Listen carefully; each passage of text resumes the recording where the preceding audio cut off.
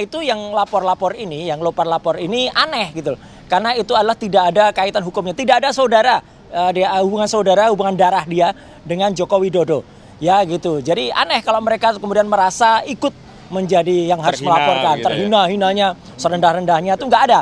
Dan juga lucunya mereka mendalilkan beberapa pasal ya, terutama 160 yang itu sifatnya adalah penghasutan.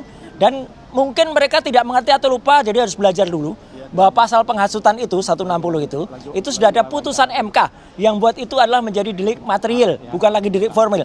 Jadi harus ada korban yang dihasut dan yang dihasut itu membuat kerusuhan atau membuat keonaran secara nyata. Ya, itu tadi kita sama-sama telah mendengarkan pernyataan dari Roy Suryo. Langsung saja kami ingin mendapat tanggapannya dari Bang Boy sendiri. Ini ternyata laporan atau yang pelapor ini tidak ada hubungannya dengan kasus yang saat ini ataupun dengan Jokowi. Bagaimana? Ya, itu kalau itu kan delik aduan, ini kan delik biasa yang kita laporkan. Ini kan pasal 28 ayat 2 itu lebih kepada penyebaran kebencian dan permusuhan. Nah, saya tanya sama Bang Roy, ya, apakah merasa nggak omongnya itu menimbulkan permusuhan sama orang lain? Ya, sangat nyata kok di tengah-tengah masyarakat kok. Banyak yang terjadi polarisasi, terjadi komunikasi yang tidak nyambung karena salah satu pro kontra terjadi gara-gara pernyataan dari Bang Roy teman-teman.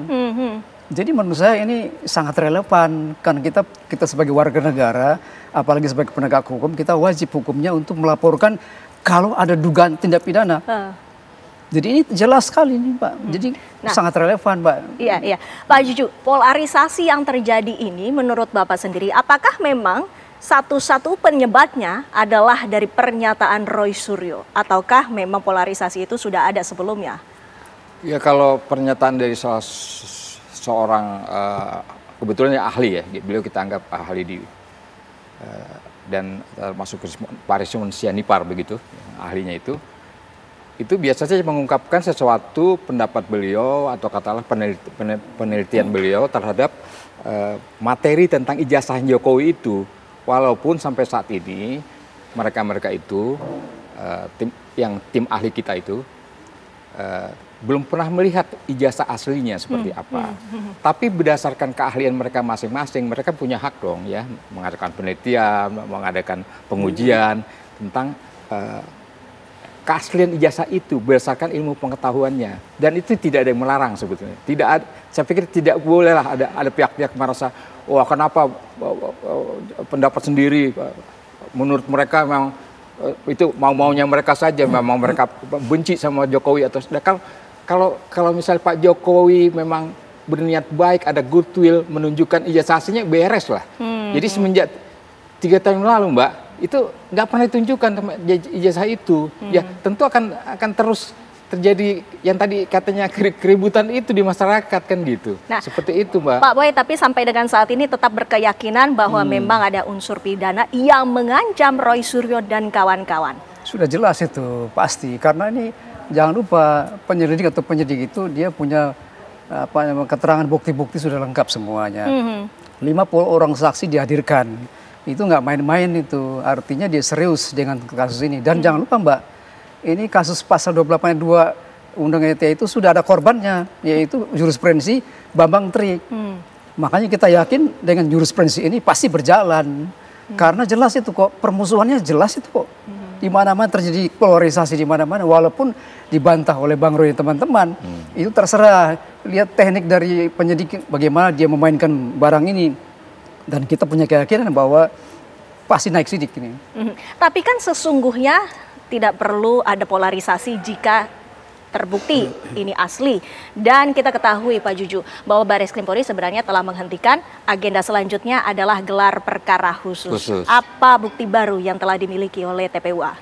Iya, artinya kalaupun atau yang memang sudah dijadwalkan, Mbak ya, besok kebetulan hari Rabu ya, Mbak ya, gelar perkara khusus itu. Ya kita berharap bahwa gelar perkara khusus sesuai dengan maksud dan tujuannya dihadiri oleh semua pihak, ya baik dari pihak yang katakanlah termasuk Joko Widodo. Termasuk Joko Widodo itu pasti kita harapkan.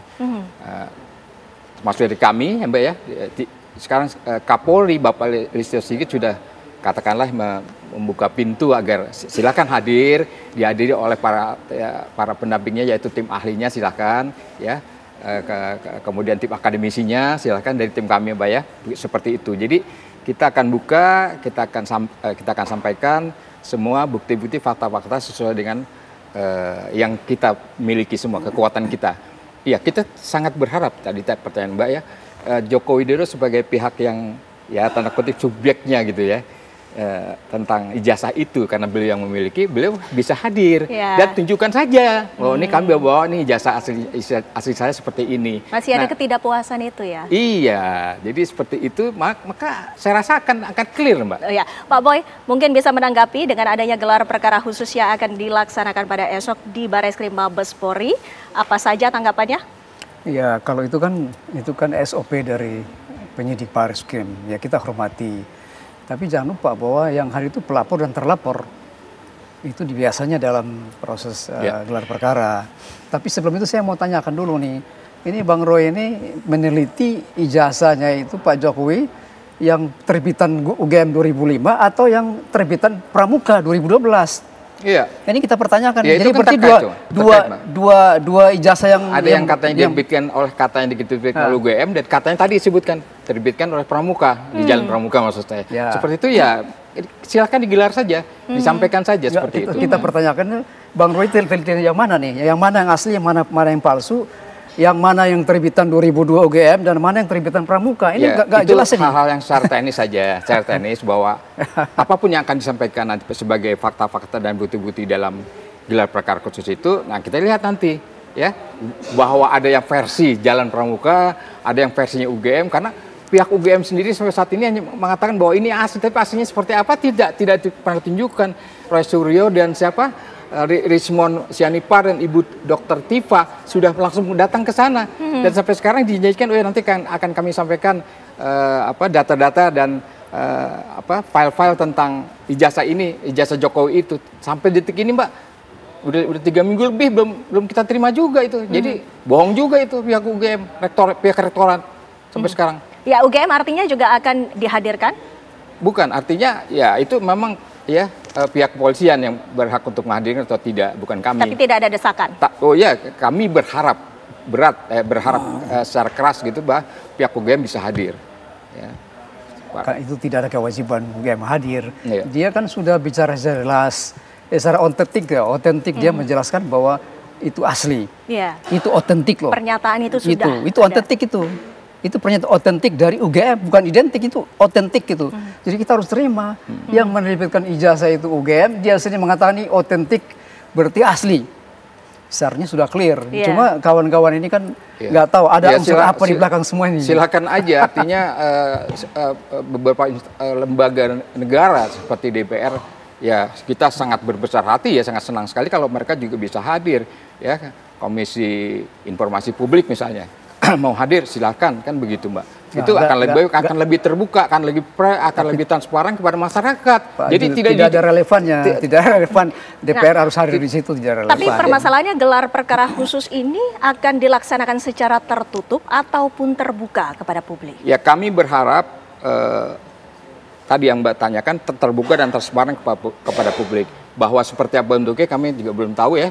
Karena yang punya sebagai tuan rumah kita sebut saja yaitu pihak Barreskrim, Mabes Polri. Kalau kami berharap bisa terbuka, siarkan TV kalau perlu, rakyat jadi tahu bahwa mantan presidennya selama 10 tahun ini punya ijazah apa enggak yang asli. Nah, itu kan juga nggak jelas selama ini. Kita akan lihat besok dalam gelar perkara khusus ini seperti apa kelanjutannya. Terima kasih Bapak-Bapak sudah hadir bersama kami dan pemirsa. Kami juga akan menghadirkan sejumlah informasi lainnya yang akan disampaikan oleh rekan saya Tiara Harap. Silakan Tiara.